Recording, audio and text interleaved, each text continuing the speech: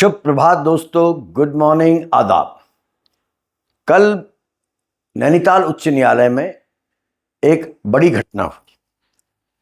अधिवक्ता दुष्यंत मैनाली जी ने माननीय न्यायालय के समक्ष इस बात को रखा कि लिटिल निर्भया मर्डर केस पर जो जजमेंट 10 सितंबर को उच्चतम न्यायालय ने दिया और जिसमें उन्होंने पुलिस द्वारा आरोपी बनाए गए अख्तर अली को बरी कर दिया था, उस मामले में सोशल मीडिया में गलत टिप्पणियां की जा रही हैं, खासकर अधिवक्ता मनीषा भंडारी जी के खिलाफ। दुष्यंत मैनाली जी ने चीफ जस्टिस के समक्ष इस बात को रखा कि अनावश्यक टिप्पणियां की जा रही हैं, अनर्गल टिप्पणियां की जा रही हैं और मनीषा भंडारी जी की जान को भी खतरा है, क्योंकि कई टिप्पणियां ऐसी सोशल मीडिया में देखने को मिली जिस पर उनके बारे में बहुत ही भ्रामक जानकारियां, बहुत ही घटिया बातें कही गई थी। हिंदू मुस्लिम एंगल को जोड़ा गया था और साथ में उनको मार डालने जैसी बातें भी लिखी गई थी। चीफ जस्टिस ने बहुत गंभीरता से इस प्रकरण को लिया और उन्होंने कल ही आदेश दिया कि मनीषा भंडारी जी को पुलिस सुरक्षा उपलब्ध कराई जाएगी। चीफ जस्टिस महोदय ने नैनीताल बार एसोसिएशन को भी लताड़ लगाई कि वो अपने साथी वकील के पक्ष में एक शब्द भी नहीं बोली है। मुख्य न्यायाधीश महोदय ने इस मामले में आदेश दिया है कि इस प्रकार की जितनी भी अनर्गल टिप्पणियां किसी भी सोशल मीडिया में जारी की गई हो उनको हटाया जाए, और यदि ये टिप्पणियों को हटाने में, इस प्रकार की घटिया पोस्ट को हटाने में, चाहे वो किसी के द्वारा भी डाली गई हो, उत्तराखंड प्रशासन नाकाम रहता है, तो उत्तराखंड प्रशासन को कहा गया है, सरकार को कहा गया है कि सोशल मीडिया प्लेटफॉर्म्स को नोटिस जारी किया जाए। और उन्होंने, मुख्य न्यायाधीश महोदय ने दुष्यंत मैनाली जी की इस बात को पब्लिक इंटरेस्ट लिटिगेशन में बदलकर एडमिट कर लिया है। और जहां तक मुझे जानकारी मिली है, नैनीताल पुलिस ने श्रीमती मनीषा भंडारी जी को पुलिस प्रोटेक्शन भी उपलब्ध करा दिया है। आज मैं आपके सामने एक दूसरे केस की चर्चा करने जा रहा हूं, जिसमें भी नैनीताल की पुलिस ने पूरी तरह बॉस्ड अप इन्वेस्टिगेशन किया, पूरी जांच गलत तरीके से की और एक गलत आदमी को अपराधी बनाया, और उस अपराधी को भी, कथित अपराधी को भी निचली अदालत ने मृत्युदंड की सजा सुनाई। लेकिन बाद में उच्च न्यायालय ने, हाईकोर्ट नैनीताल ने पुलिस जांच को पूरी तरह खारिज करते हुए उस अपराधी को बरी कर दिया। ये केस समझना बहुत जरूरी है। इस केस को नाम दिया गया है केस नंबर 50, और पुलिस की लचर जांच का काला सच इसमें सामने आता है। न्याय व्यवस्था का सबसे बड़ा संकट दोस्तों तब सामने आता है जब गंभीर अपराधों में अदालतों को यह कहना पड़े कि पुलिस जांच अधूरी है और दोषपूर्ण है, जैसे कि हमने लिटिल निर्भया मर्डर केस में सुप्रीम कोर्ट के निर्णय में देखा। उत्तराखंड में पिछले एक दशक में ऐसे 2 मामले आए नैनीताल में, जिनमें न केवल पुलिस कार्यशैली पर बल्कि फॉरेंसिक एविडेंस की व्याख्या पर भी अदालत द्वारा सवाल खड़े किए गए।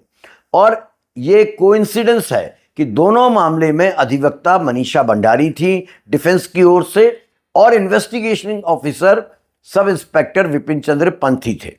पहला मामला जिसकी मैं आज आपको जानकारी देने जा रहा हूं, विस्तार से चर्चा करने जा रहा हूं, वो 2012 का लाल कुआं मर्डर केस है, रेप एंड मर्डर केस है, जिसमें एक 8 वर्षीय बालिका, जिसका कोर्ट ने नाम संजना उर्फ नानू दिया है, उसकी लाश खेत में मिली थी।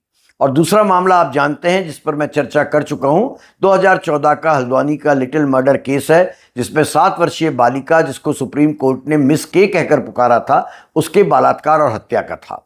दोनों ही मामलों में जांच अधिकारी एक ही व्यक्ति रहे, सब इंस्पेक्टर विपिन चंद्र पंत, और दोनों ही मामलों में वकील रही हैं श्रीमती मनीषा भंडारी, जिन्होंने अपने तर्कों से यह साबित कर दिया कि नैनीताल पुलिस का इन्वेस्टिगेशन पूरी तरह गलत था, बॉस्ड अप इन्वेस्टिगेशन था। तो चलिए आज चर्चा करते हैं इस केस नंबर 50 की।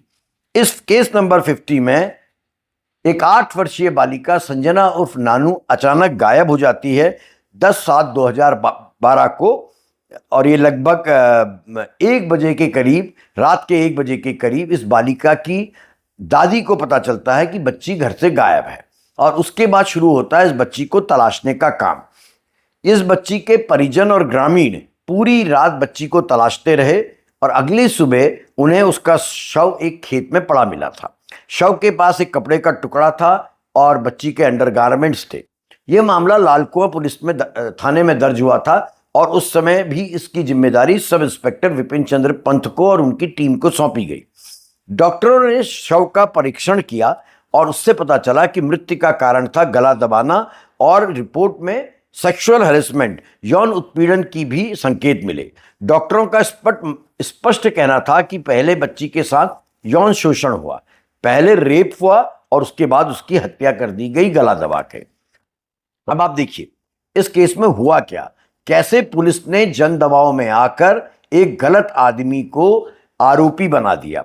जब ये तलाश चल रही थी बच्ची की 10 तारीख की रात को, 10 जुलाई 2012 की रात को, तो एक व्यक्ति दीपक आर्या भी माता पिता के साथ और अन्य लोगों के साथ बच्ची को तलाश रहा था और बच्ची मिली सुबह 5 बजे के करीब खेत में।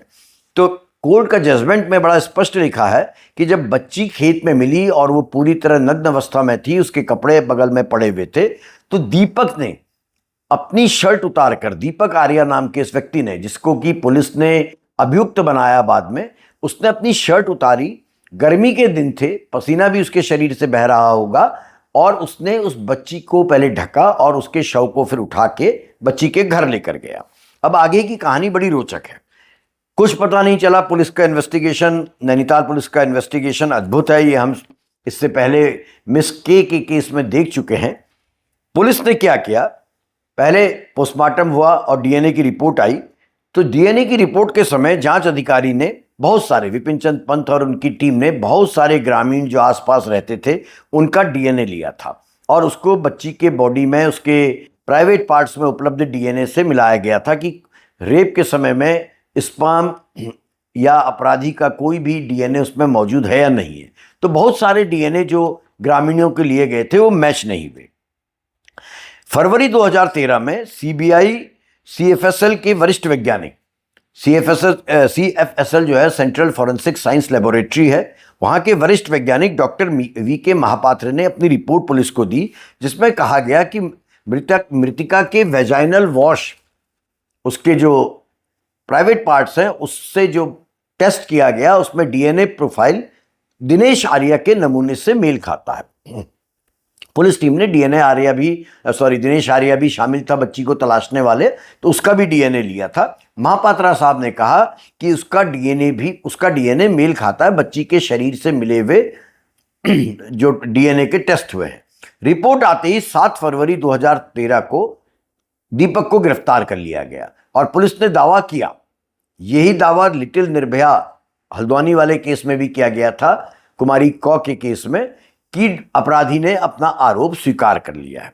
28 फरवरी 2014 को नैनीताल की सेशन कोर्ट ने दीपक आर्या को भारतीय दंड संहिता आईपीसी की धारा 302, 376, 363 और 457 में दोषी करार देते हुए मृत्युदंड सुना दिया।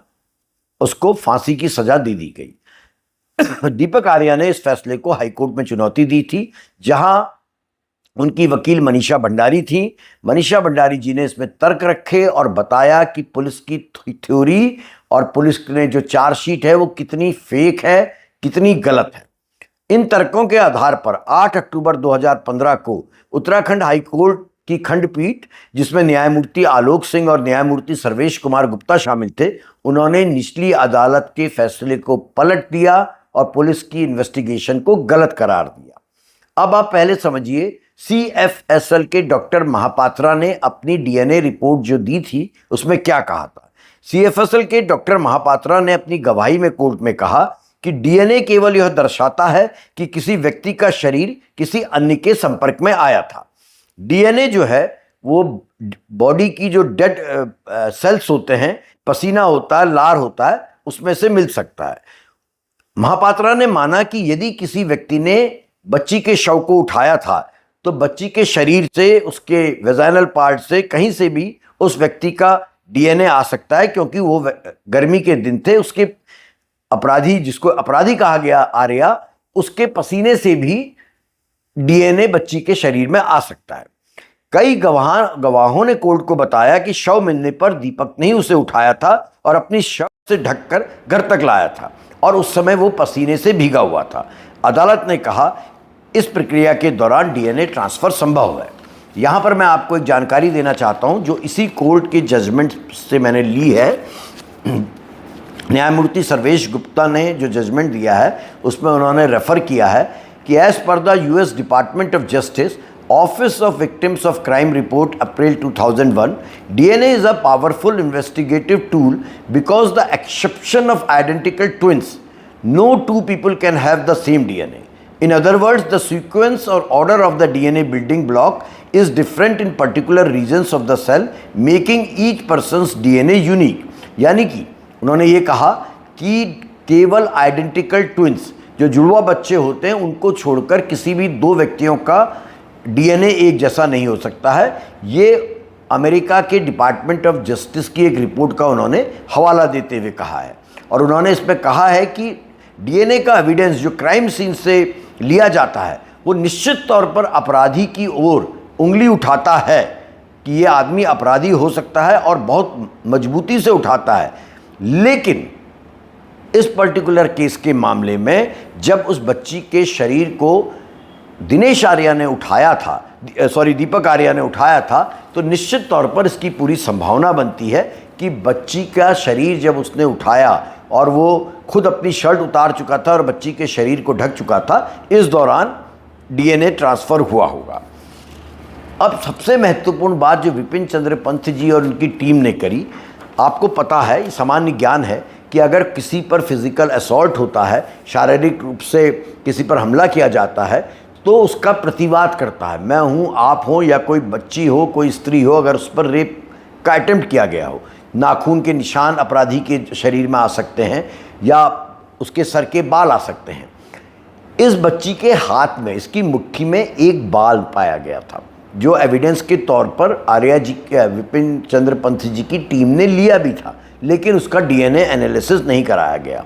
उसका डीएनए एनालिसिस कराया गया था लेकिन वो आरोपी से मेल नहीं खाया था और वो जो बाल का टुकड़ा था वो बच्ची का भी नहीं था।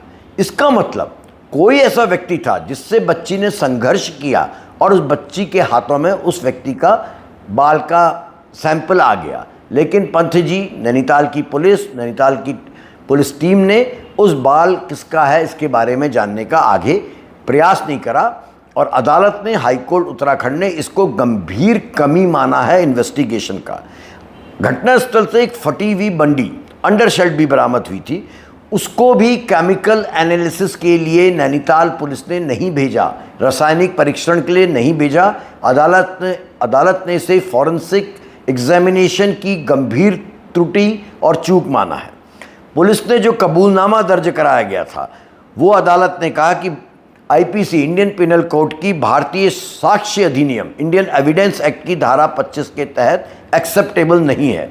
ऊपर से कबूलनामे की कहानी और पोस्टमार्टम की रिपोर्ट में बहुत अंतर पाया था। कबूलनामे में कहा गया कि मृत्यु के बाद शोषण हुआ है। अब आप इसको समझिएगा, पुलिस ने जो मार पीट के दीपक आर्या से कहलवाया कि हाँ मैंने ही रेप किया था, उसमें ये दर्ज है कि बच्ची पहले मर गई थी, उसके बाद उसके शरीर के साथ ज़बरदस्ती की गई। जबकि पोस्टमार्टम में डॉक्टर महापात्रा ने स्पष्ट लिखा है, जिन्होंने भी पोस्टमार्टम किया उन्होंने स्पष्ट लिखा है कि पहले फिजिकल असॉल्ट हुआ है, पहले बलात्कार हुआ और उसके बाद हत्या हुई। इसलिए कोर्ट ने कहा कि आपने जो कबूलनामा दिया है कि अपराधी ने अपना अपराध स्वीकार कर लिया है वो झूठा है, क्योंकि पोस्टमार्टम रिपोर्ट कहती है कि पहले रेप हुआ, फिर बच्ची का गला दबाया गया और आपका अपराधी कह रहा है कि पहले मार दिया था फिर रेप किया। इसका मतलब कबूलनामा गलत है, नकली है। अदालत ने सुप्रीम कोर्ट के, जो मैंने पिछली बार भी आपको बताया था, शरद बिरदीचंद शारदा बनाम महाराष्ट्र राज्य 1984 में एक जजमेंट जो आया था उसका हवाला देते हुए भी कहा कि चेन ऑफ सीक्वेंस जो होनी चाहिए, परिस्थितिजनक साक्ष्यों की जो चेन होनी चाहिए, जबकि प्रमाण पूरे कंफर्म नहीं है, किसी ने मर्डर करते हुए, रेप करते हुए नहीं देखा है, तो जो सर्कमस्टेंशियल एविडेंसेस हैं उसमें 5 शर्तें पूरी होनी चाहिए कि सर्कमस्टांसेस पूरी तरह स्थापित हों, केवल आरोपी की ओर ही इशारा करें और उस कोई भी ऐसे सर्कमस्टांसेस होने चाहिए पुलिस के द्वारा रखे जाने चाहिए कि कोई शक ही ना रह जाए कि यही आरोपी था, चाहे इसको ऐसा करते हुए किसी ने ना देखा हो, और साक्ष्य की श्रृंखला पूरी हो।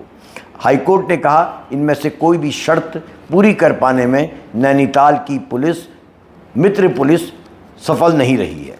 कोर्ट ने आदेश दिया कि गंभीर शक्का कि दीपक आर्या ही ये काम कर सकता है, इस तक का कोई प्रमाण पुलिस नहीं दे पाई और उन्होंने दीपक आर्या को बरी कर दिया।